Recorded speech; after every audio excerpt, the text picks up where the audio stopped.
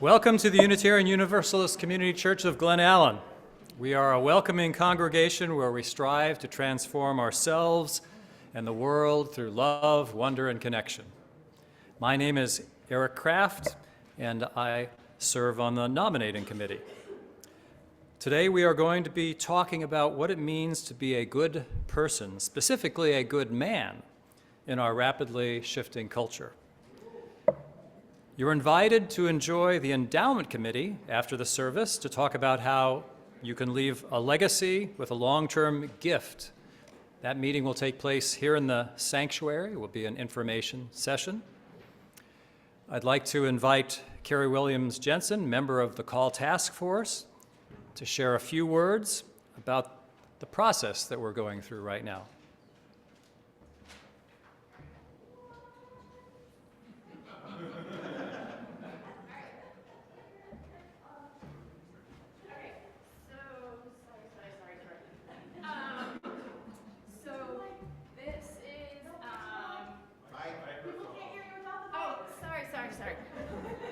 I'm trying to be quick and unobtrusive. So, is that an oxymoron? I don't know. Okay, so, and I didn't get the colors up there contrasting, because I didn't want to be like, but what I'm hoping you can see is there are two different colors of the text up there. It doesn't, if you want this for, like, to actually be able to read it, we can maybe send it or something, but my point that I'm trying to make today is that all of the text that is white is gonna happen. It's just a part of the process. However, the stuff that's pink may or may not happen. And that is what message we're trying to get out, in that mostly that whether we have a vote for Reverend Sarah or not is not a foregone conclusion.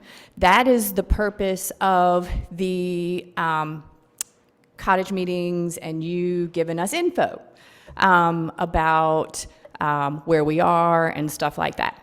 So if you can't read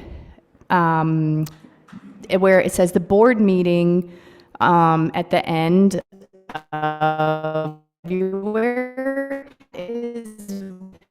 they're gonna all that you've given to us and that we have summarized, and they're going to decide, do we have the vote or not? Is there enough support? And it's really weird talking about you right there, because every other time, but I mean, I know you're aware and whatnot. So, so we have to, it's the summary that will decide, will we have the vote? So you got to make sure that you get your opinion in, so, before the summary, so it can be included in that. And that is really, any of my other people, make sure I'm not misrepresenting. And what's it all about? We have a clear contract registered, right?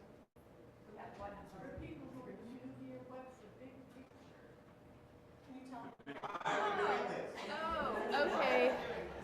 Oh, okay, I'm sorry.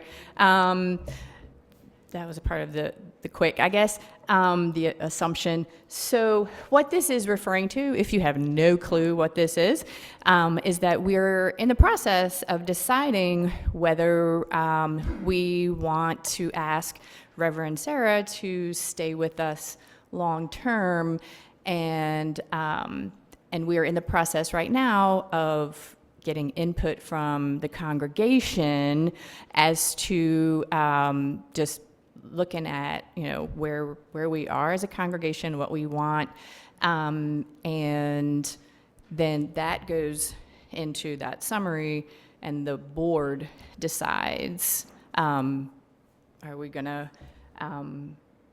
go forward with a vote to decide? So that good? Okay. All right.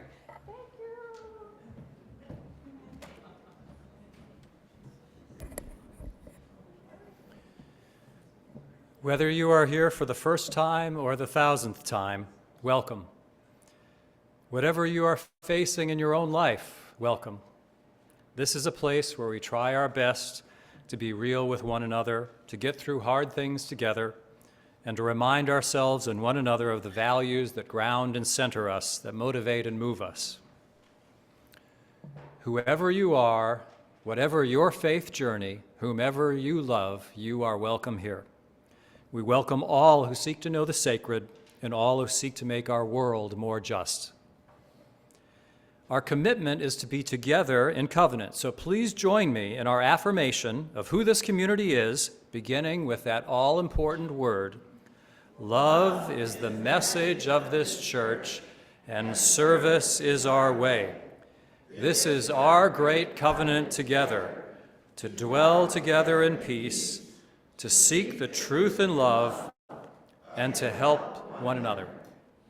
Let's join in singing our opening hymn, Let It Be a Dance, number 311 in our gray hardcover hymnal.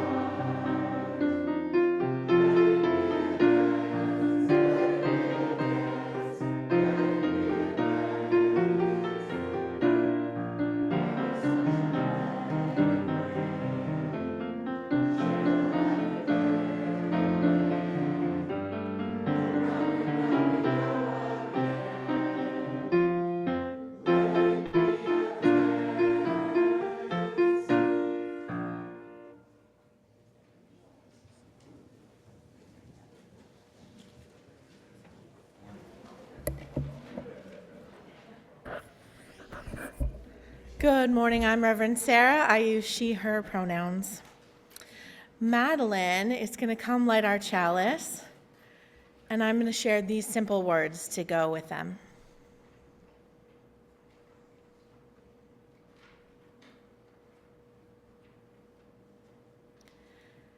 With open minds, and open hearts, we light this flame, for this new start.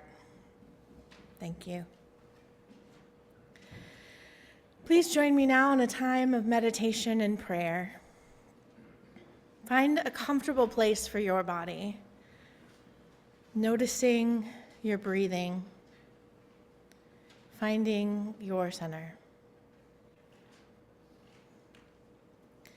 Take a moment in this space to just be for a little while.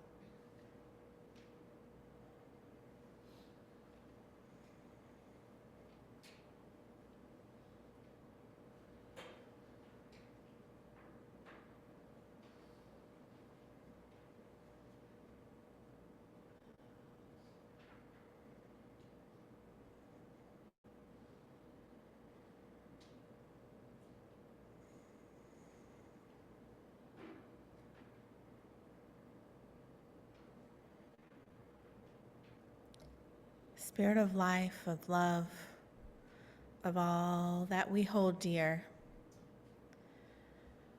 hold us in this time of discombobulation. The world is chaos,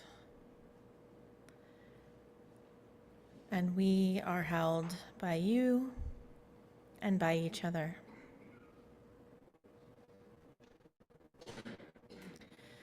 Help us to hold those who are suffering, those in our community who are struggling and just recovering from a week of water issues,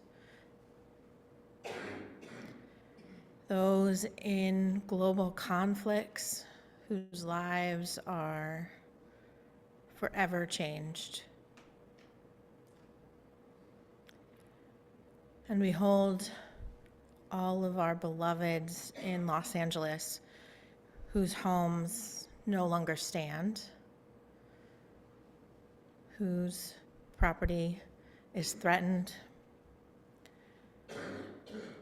whose lives are also forever changed.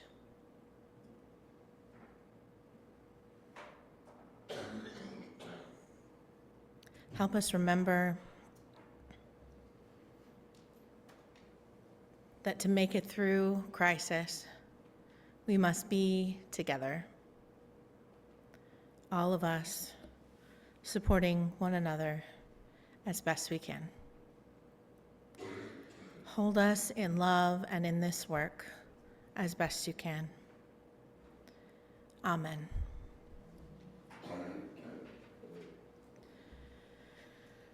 As we come together every Sunday from our own separate lives in our own separate homes, we bring with us a variety of joys and sorrows, fears and hopes. We take time in our service now to honor those big feelings together. We share this time as a contemplative time, each of us given an opportunity to share with the community what lifts us up and weighs us down, and also an opportunity to witness those who share with us.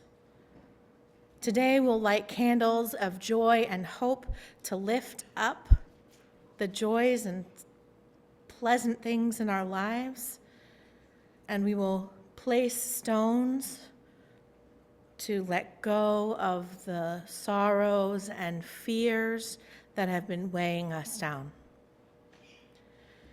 In a moment, I will invite you to come forward, but before we do, if you're online, please put your name in the chat box with your name and candle or stone, and we will add that to our altar for you this morning.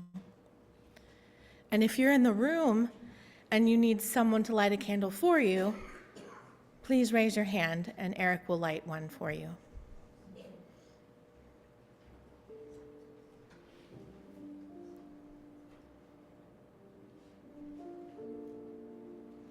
Naomi.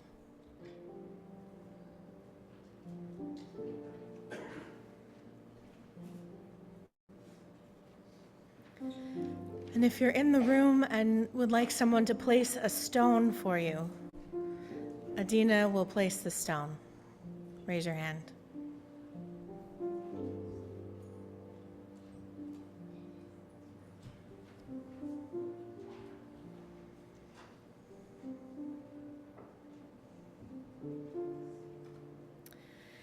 Now I invite anyone who would like to come forward to place their own stone or candle to come forward now. If you're doing a candle, come around this way and receive your candle from Eric. If you're doing a stone, coming around this way and place your stone. If you want to do both, you are welcome to do both.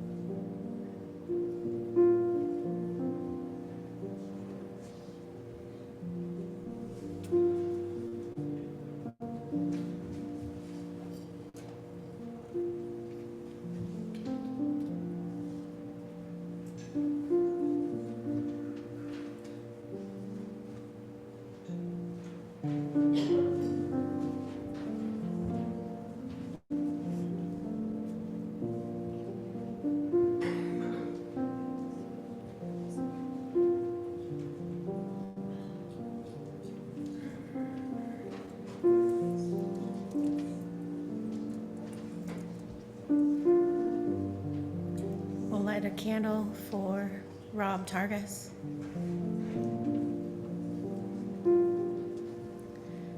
And hold in our love Porter Smith Thayer. We'll now light one final candle for all the joys that remain in our hearts, unshared.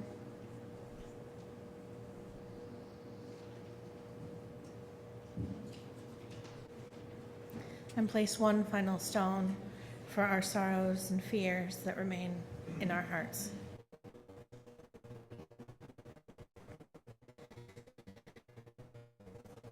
Please join me in prayer response. Today we will be using number 325, Love Makes a Bridge. We'll sing the first two verses.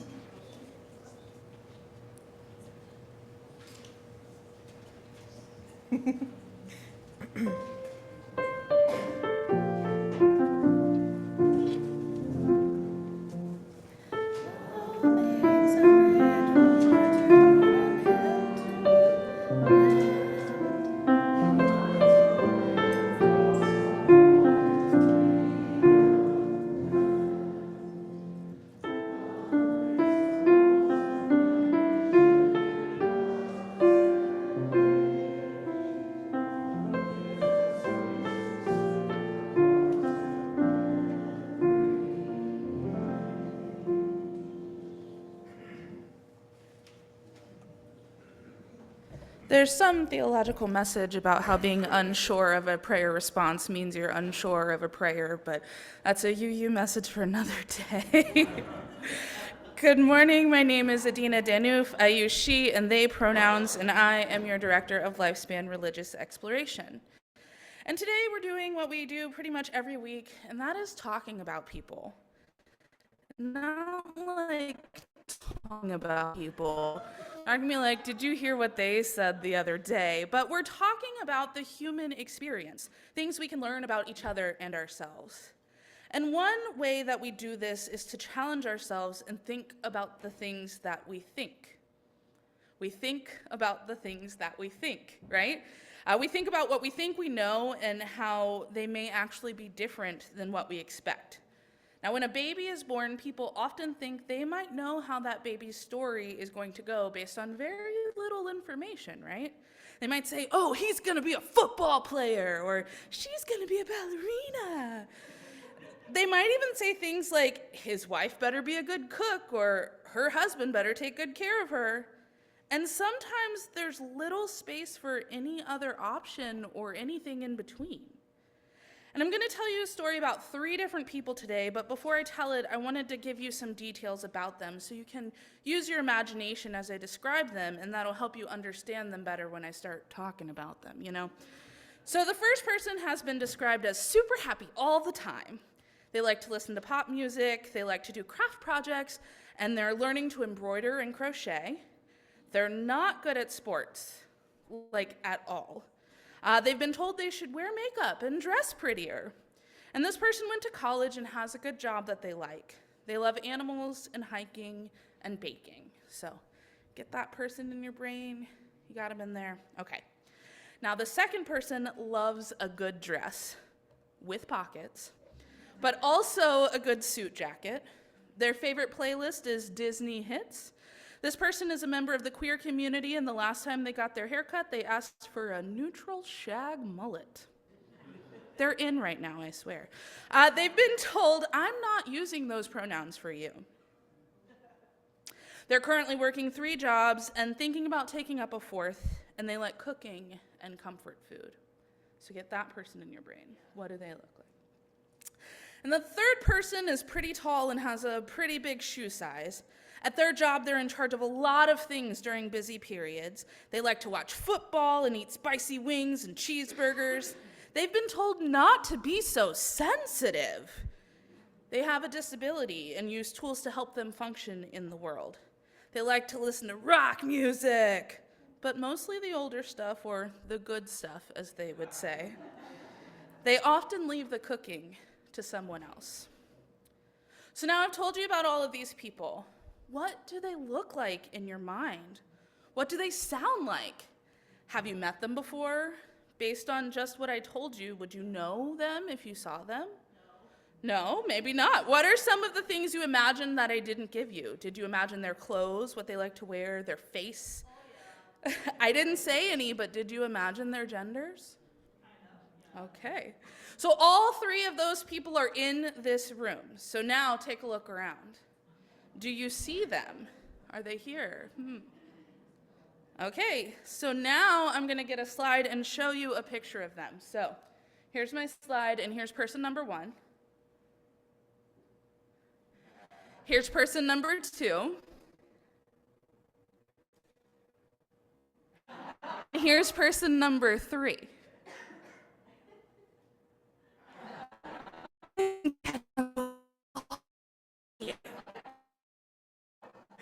Are you surprised?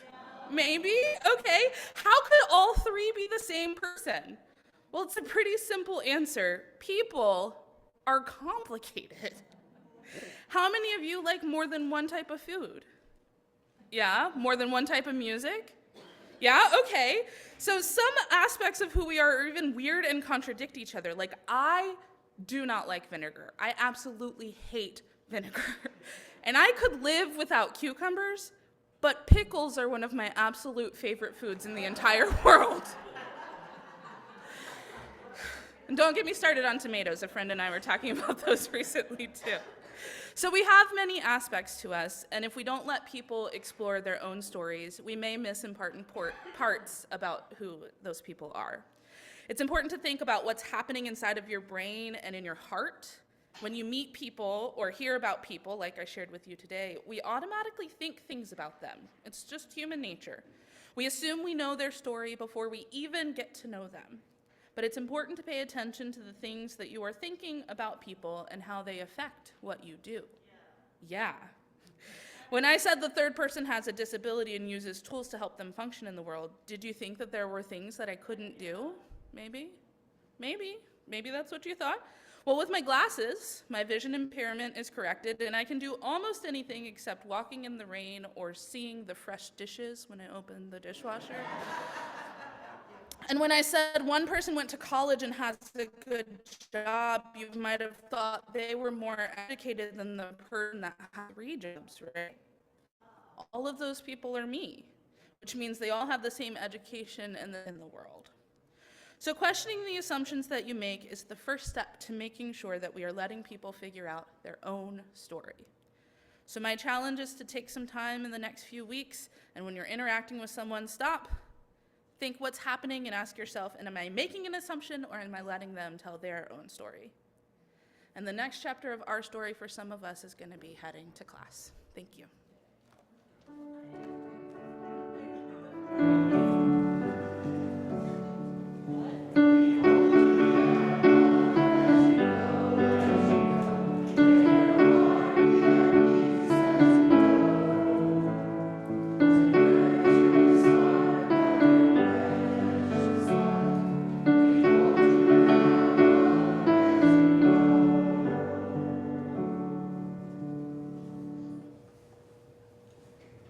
Please join me in our offering and acknowledging all the ways we give to this church and this world.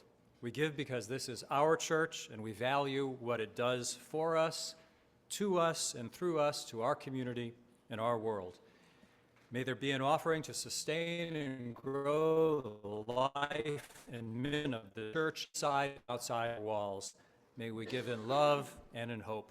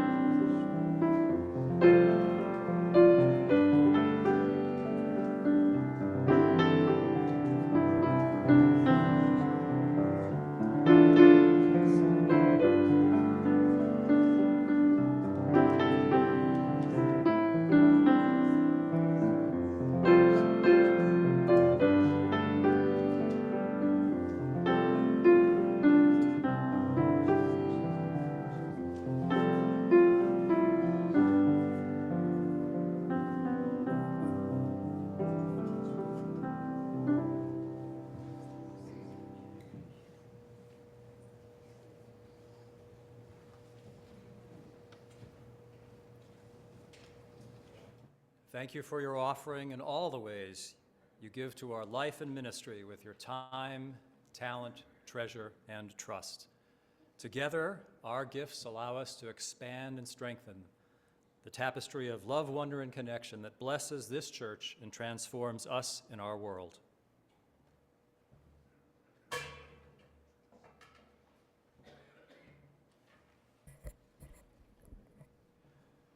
Our reading this morning is several selections from Iron John by Robert Bly, published in 1990.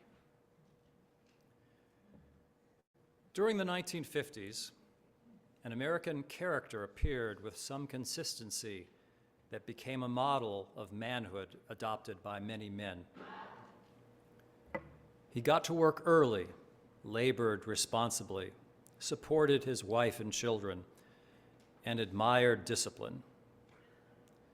This sort of man didn't see women's souls well. And his view of culture and America's part in it was boyish and optimistic. Many of his qualities were strong and positive, but underneath the charm and bluff there was, and there remains, much isolation, deprivation, and passivity. Unless he has an enemy, he isn't sure that he is alive. The journey many American men have taken into softness or receptivity or development of their feminine side has been an immensely valuable journey, but more travel lies ahead. No stage is the final stop. When a contemporary man looks down into his psyche, he may, if conditions are right, find under the water of his soul, lying in an area no one has visited for a long time, an ancient hairy man, the instinctive and the sexual and the primitive. Contact with the inner self requires a willingness to descend into the psyche and accept what's dark down there, including the nourishing dark.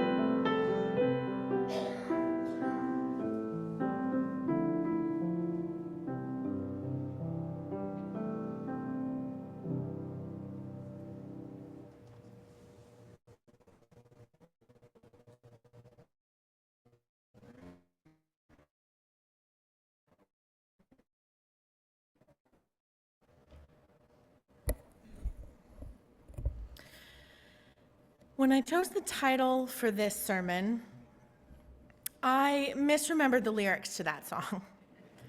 Oops. In my head, I heard, "Where have all the good men gone?"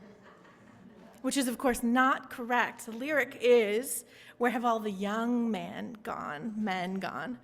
And where they have gone is off to become soldiers and then to war to die."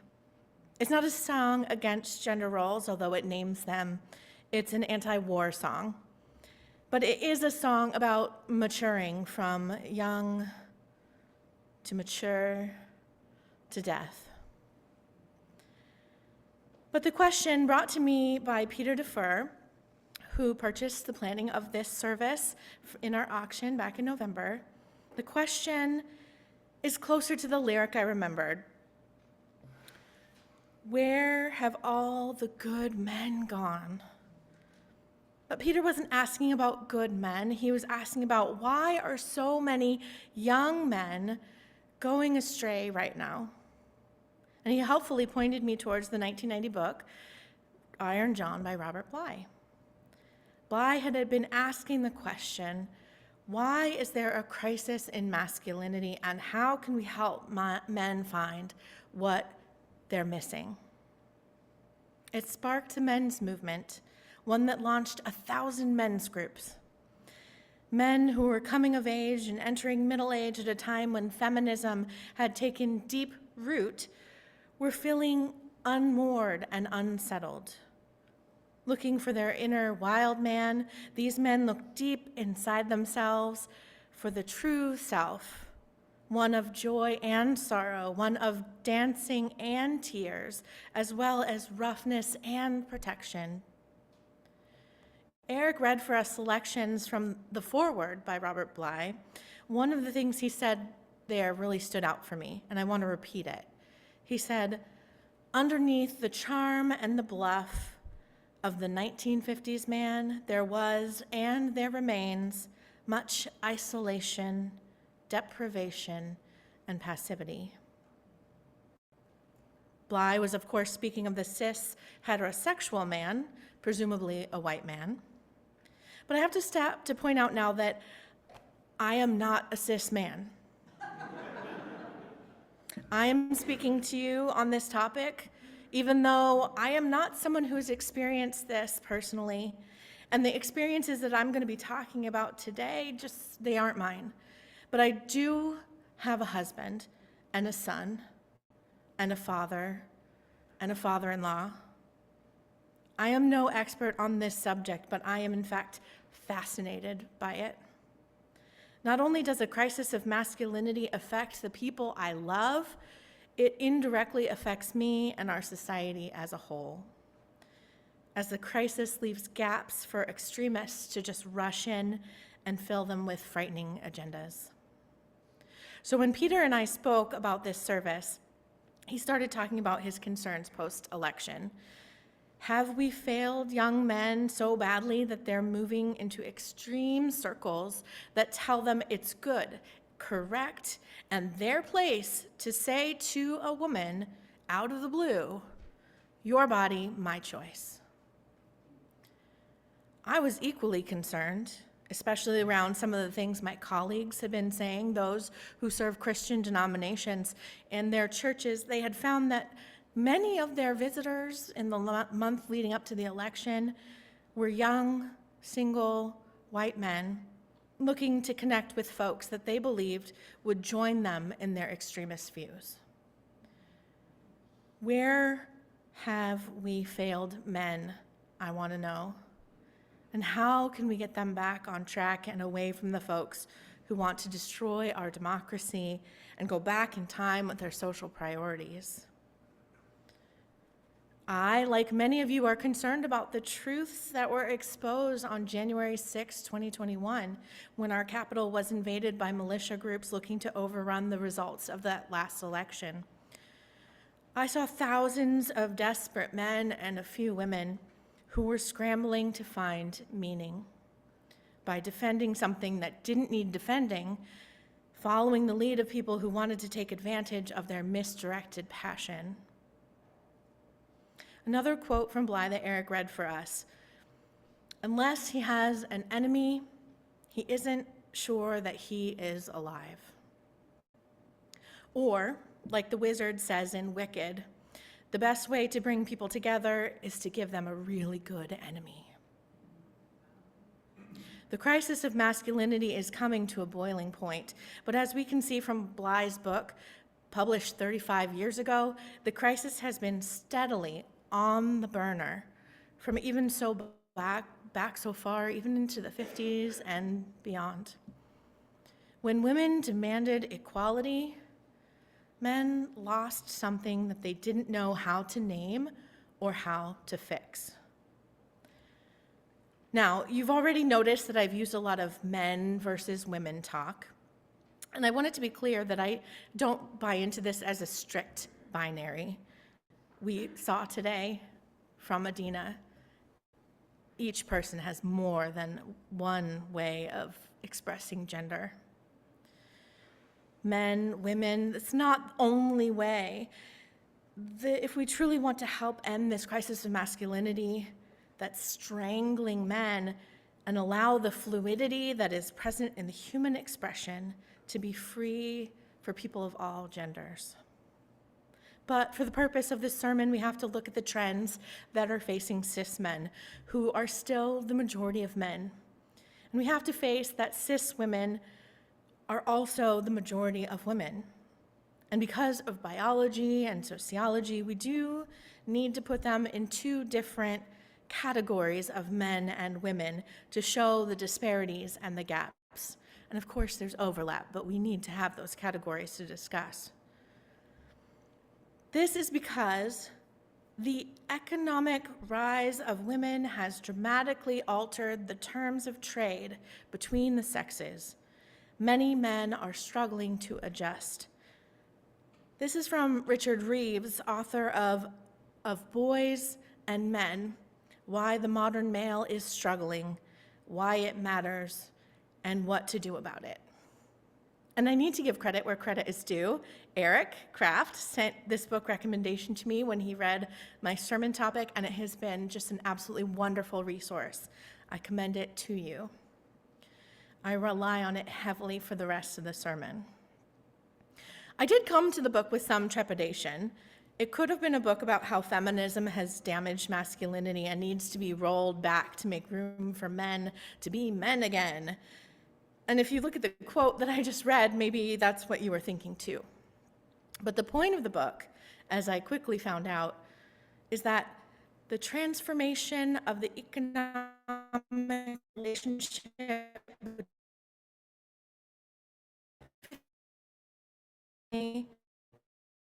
not caught up.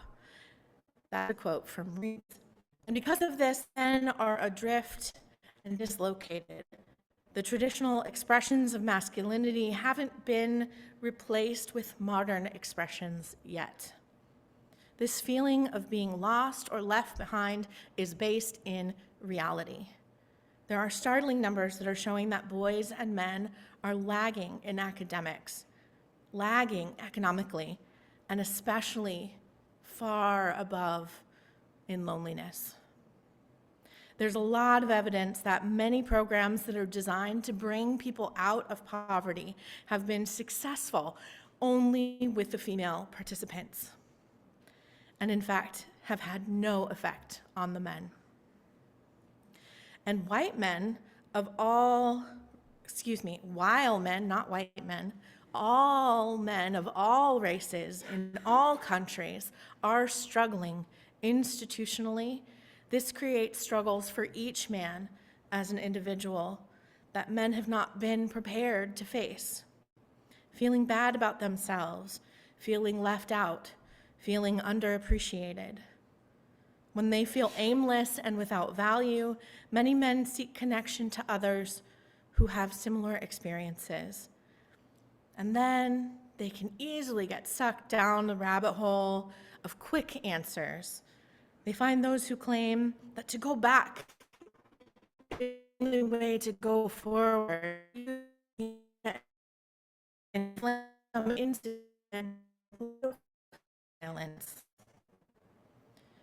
One reason conservatives worry so much about declining marriage rates, Reeves writes, is because for them, the dependency relationship between husbands and wives is precisely what makes marriage work, including as a mechanism for harnessing male energy towards positive social ends.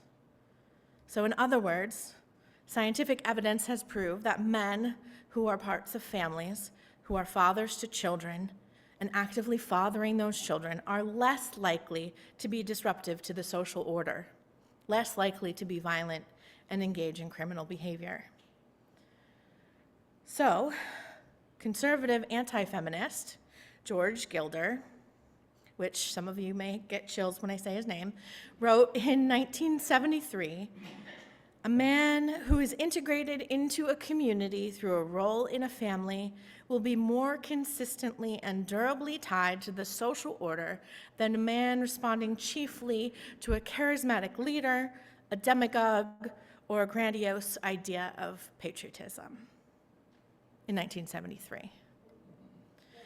Even people who are evil can be right from time to time. Anyone who feels isolated and devalued, they're more likely to turn away from a culture that doesn't appreciate them. from a culture that belittles natural tendencies, ignores statistics about their floundering well-being. And although toxic masculinity is being blamed, it is true what Reeves writes. Men's freedoms have often been stifled by patriarchy too, with tightly prescribed roles and oppressive expectations. Many men are feeling dislocated, and their fathers, their grandfathers had a pretty clear path to follow: the work, the wife, the kids. But what now for them? What now? This is also my question. What now? I don't know the answer, but I thought I would ask someone who's living this experience right now. So I asked my husband, I asked Sean. First, I asked him, what has it been like to be a man right now? A man who has been a stay-at-home dad and has been a working dad. And how does it feel? Do you feel, or have you felt, adrift and isolated? He says that there's always pressure to be a particular type of man, but that he was lucky to never feel the need to conform. He's one of the lucky ones, someone who was raised to be true to himself, ignoring what others thought of him. He kept his hair long, like way down his back, long all through high school and middle school, and all through, even in the first year of college. He wore a rainbow chain from his wallet, and his nails grew out real long. And then he wore combat boots or Converse every day. So maybe he's not the best example.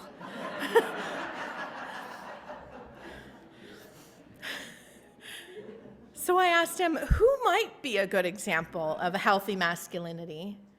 Who might be? Think in your own experience, who might be a good example of healthy masculinity? He mentioned former President Jimmy Carter, which, because, he's on everyone's minds. He said that the traits that he admired most about Carter will to devote life to helping others. Here are some of the other traits that we talked about being central to healthy masculinity. Self-sacrifice, but even more specifically, ego sacrifice. Being willing to do something that might make others think poorly of you if it's something that will bring joy or hope or security to someone who is important to you. He mentioned specifically the videos of dads who would go out in public with their daughters, and they themselves were dressed as princesses or their daughter's prince, dressing up, being silly for the love of their child. Becoming secure in yourself, letting go of being concerned with how others view you, and living an authentic life.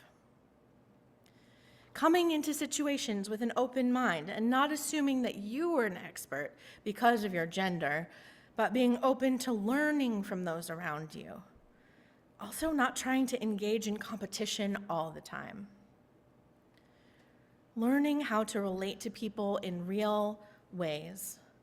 Listening to and expressing feelings, and not trying to fix everything by throwing money at it. That's a direct quote. But giving true emotional support. So, like many people who are studying for a project at the last minute, I Googled examples of healthy masculinity and followed links to Reddit, where, it can be a crazy world. But I found a good thread. A young man asking for specific examples of healthy masculinity. Please, he said, help me. But there were mostly flippant comments on there about just give up the binary. Good traits for women are the same as good traits for men. But I found this particular response respectful, and I wanted to share it. The user is Sad quote 3415. The problem is, they said, is that the cult of toxic masculinity runs so deep that young boys and men think they need to fit in those boxes that men define as masculinity in order to define themselves as people. There are many men out there who don't buy into any of the social definition of masculinity. Masculinity can be whatever you define it to be.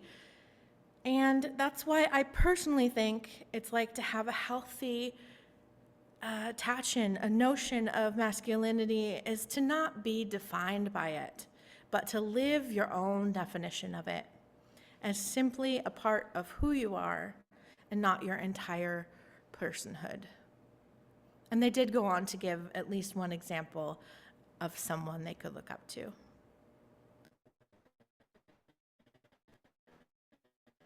This is fuel far right around the world. Jordan Peterson, a conservative Canadian online personality, has stumbled across a gigantic reservoir of unmet human need, according to Reeves. There are men who flock to him for the intellectual wrestling with real and important issues, but he goes too far with the biological differences between men and women, the real, true differences that are there, but goes too far. And he says that he goes into subjugating women because of their biology. And Jordan Peterson can be a first step in a pipeline directly to extremism. But no one else seems to be meeting the needs of men who are grieving the loss of their perceived role in society.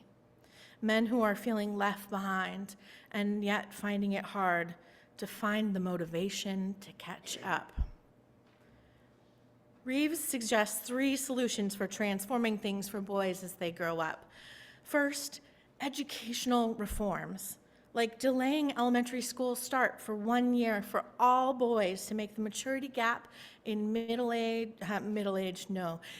school and high school less extreme. Getting more men into the field of teaching, because there are depressingly few male teachers in K through 12 schools. There are 24% in the whole nation, 24% of teachers are men.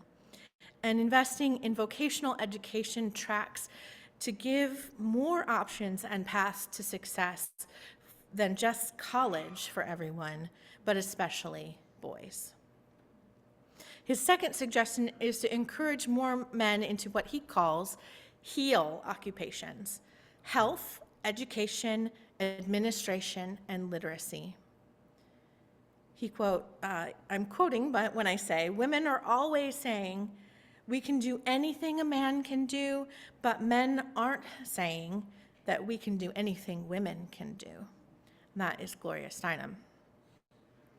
There's a big opening for men to take up these more feminine professions, and having more men in these fields will go far in redefining masculinity for future generations. And finally, he suggests that fatherhood needs to be reframed. The stay-at-home father that my husband has been is still considered an anomaly rather than a viable way of life for families. The old model of fatherhood, he says, narrowly based on the economic provision, is unfit for a world of gender equality. It has to be replaced with a much more expansive role for fathers, one that includes a much bigger caring element and is on equal footing with mothers. I applaud these ideas. I think that they have merit, and I also see that implementation will take a long time. A long time. So here I am with a much longer sermon than I intended, still wondering, what do we do now for this generation of young men? How do we face this looming problem of a generation of young men being radicalized? I'm still not sure. I know that I will continue to raise my son to be a good and healthy man. and do what I can. I will do what I can to help your children find their way in the world. And now what will you do? So, now we're going to sing. Please rise in body or spirit for our closing hymn, Once for Every Soul and Nation, number 119 in the gray hardback hymnal.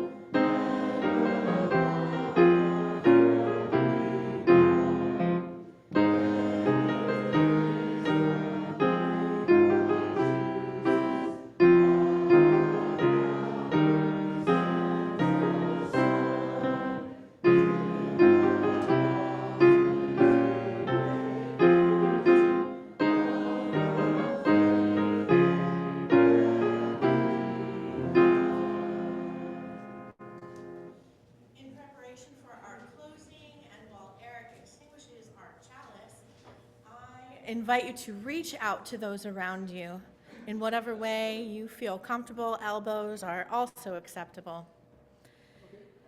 When you go, be a good person as best you can.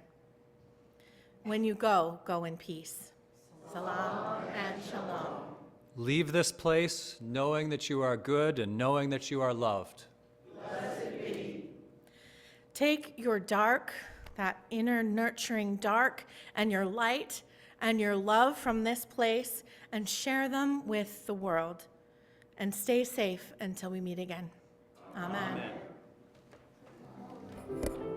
Thank you, everyone. Enjoy coffee hour conversation and the meeting with the endowment committee afterwards in the sanctuary.